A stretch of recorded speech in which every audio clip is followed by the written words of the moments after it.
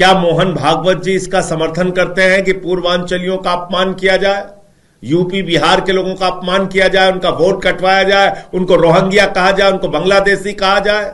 दिल्ली चुनाव जैसे जैसे नज़दीक आ रहे हैं, दिल्ली की सियासत में इस भीषण ठंड में भी सियासी तापमान उतना ही गर्म हो रहा है।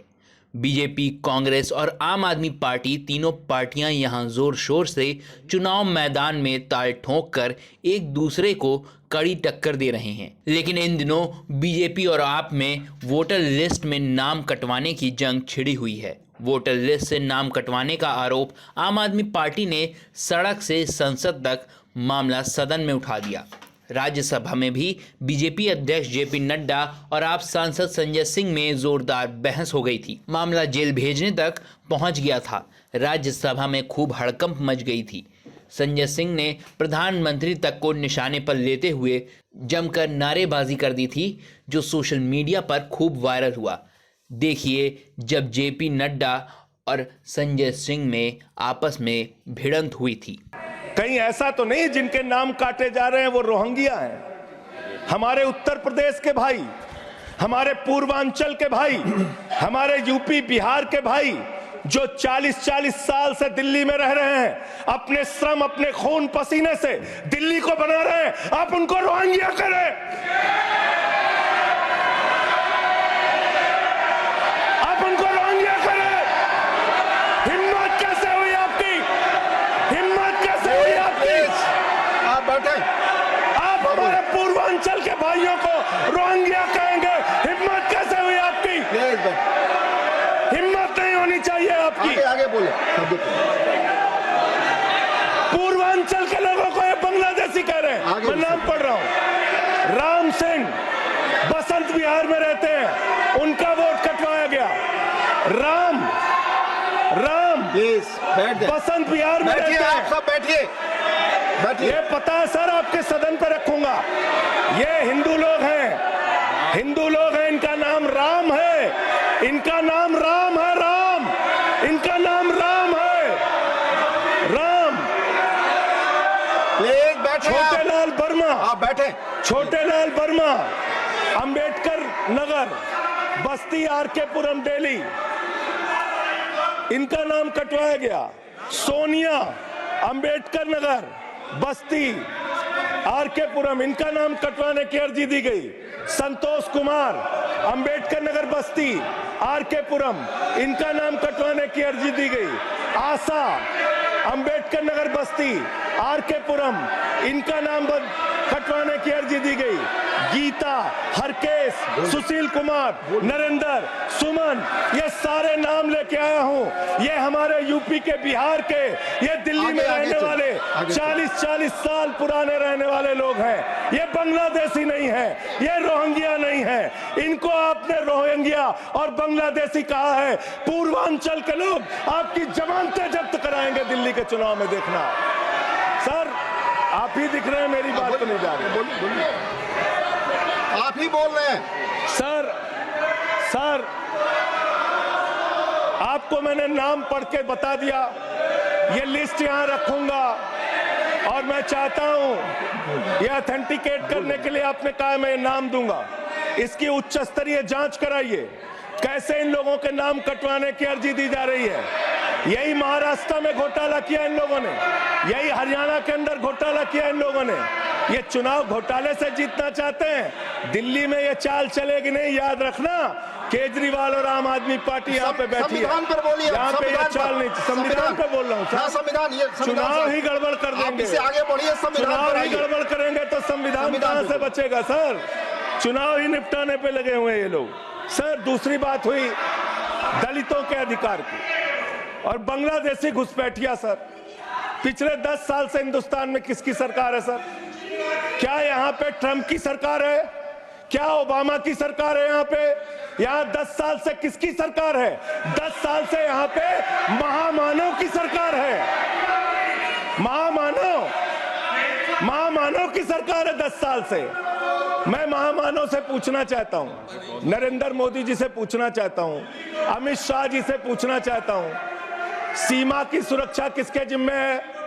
अमित शाह के जिम्मे है। सीमा किससे लगती है बांग्लादेश की?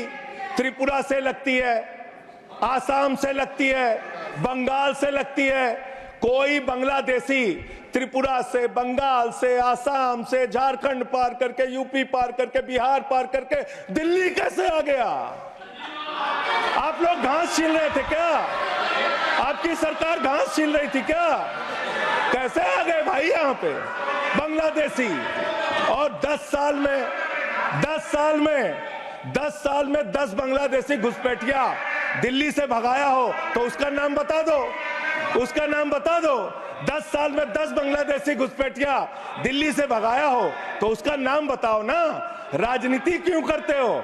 नरेंद्र मोदी का दोस्त अडानी बांग्लादेश को बिजली सप्लाई करता है, आप विषय पर बिजली सप्लाई करता है। प्रधानमंत्री पर आपने भारत की बिजली चोरी करके, भारत की बिजली चोरी करके बांग्लादेशियों का घर रोशन करते हो। संविधान पर बोलिए संजय जी, हमें वही ज्ञान रिकॉर्ड पे बता रहे जाएगा। हो, प्लीज। हमको ज्ञान बता रहे हो।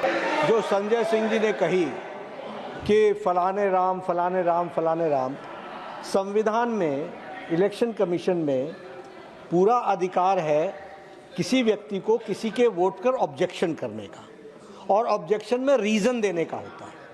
जिन लोगों ने भारतीय जनता पार्टी की तरफ से ऑब्जेक्शन दिया है तो साथ में रीज़न भी दिया है, और वो चाहे पूर्वांचल हो, चाहे रोहिंग्या हो, चाहे बांग्लादेशी हो, चाहे घुसपैठिया हो, वो सब उसमें आते हैं। दूसरी बात, इसलिए इसको राजनीतिक रंग देने की जरूरत नहीं है।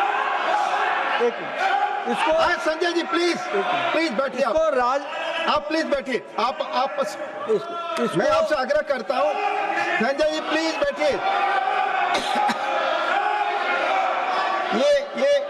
ये आपस में गला फाड़ प्रतियोगिता ना करें, प्लीज बैठें, प्लीज। वोटर लिस्ट समेत चुनाव को लेकर एक बार फिर अरविंद केजरीवाल ने आरएसएस प्रमुख मोहन भागवत को चिट्ठी लिखकर संघ प्रमुख से कड़े सवाल पूछ लिए। केजरीवाल ने इस चिट्ठी में संघ प्रमुख से बीजेपी को लेकर कई सवाल पूछे हैं। आम आदमी पार्टी के संयोजक अरविंद केजरीवाल ने आरएसएस प्रमुख मोहन भागवत को लिखी ये चिट्ठी अब सोशल मीडिया पर भी वायरल कर दी है। जैसा कि आप सभी जानते हैं कि नरेंद्र मोदी और भागवत दोनों के अंदरूनी रिश्ते इन दिनों कैसे हैं, दोनों में कैसी खींचतान मची हुई है।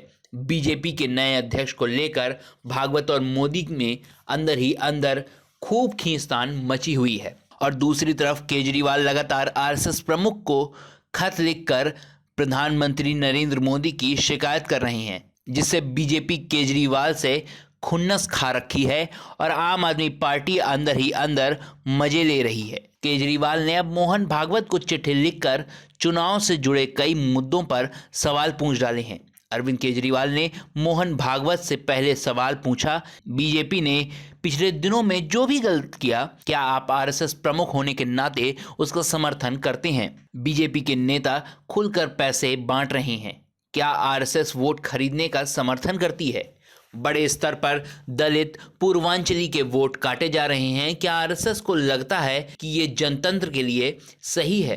क्या आरएसएस को नहीं लगता कि बीजेपी जनतंत्र को कमजोर कर रही है? सुनिए आप सांसद संजय सिंह को। एक तरफ आरएसएस स्वयं को कहती है कि हम एक सामाजिक सांस्कृतिक संस्था हैं, हमारा राजनीति से कोई लेना देना नहीं, और दूसरी तरफ उनके ही कोख से भारतीय जनता पार्टी का जन्म हुआ है और भारतीय जनता पार्टी के लिए आरएसएस दिल्ली के अंदर प्रचार करना चाहती है और जुटे हुए हैं उनके लोग।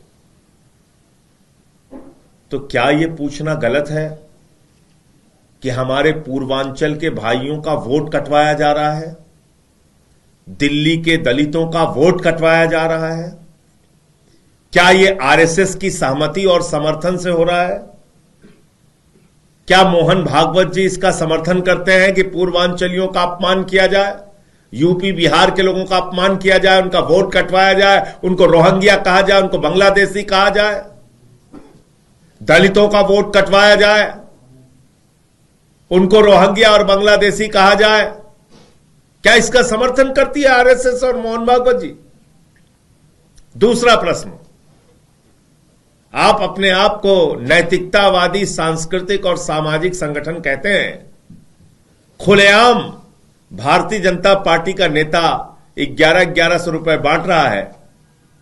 महिलाओं को नई दिल्ली विधानसभा क्षेत्र से जो अपने आप को संभावित प्रत्याशी बता रहे हैं प्रवेश वर्मा, क्या ये नोट बांटो वोट लो की योजना का आरएसएस समर्थन करती है? मोहन भागवत जी समर्थन करते हैं? यही पूछा अरविंद केजरीवाल जी ने। अगर नहीं करते हैं तो मना कर दे और करते हैं तो हां कह दे। इसमें क्या गलत है? केजरीवाल ने इससे पहले भी मोहन भागवत से बीजेपी को लेकर सवाल पूछे थे।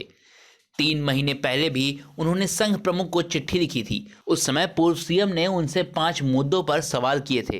केजरीवाल ने बीजेपी पर पार्टियों के नेताओं को तोड़ने, भ्रष्ट नेताओं को पार्टी में शामिल कराने को लेकर प्रश्न किए थे। केजरीवाल की ये चिट्ठी भी खूब वायरल हुई थी। अरविंद केजरीवाल और बीजेपी एक दूसरे पर वोटर लिस्ट को लेकर आरोप लगा रही है। केजरीवाल ने इससे पहले कहा कि बीजेपी दिल्ली में वोट कटवा रही है। जो सही मतदाता हैं उनके वोट काटने की साजिश की जा रही है। साथ ही पूर्व सीएम ने आरोप लगाते हुए कहा कि मेरे नई दिल्ली विधानसभा क्षेत्र में बीजेपी का ऑपरेशन लोटस 15 दिसंबर से चल रहा है। इन 15 दिनों में उन्होंने लगभग 5000 वोटरों को डिलीट करने और 7500 वोटरों को जोड़ने के लिए आवेदन किया है।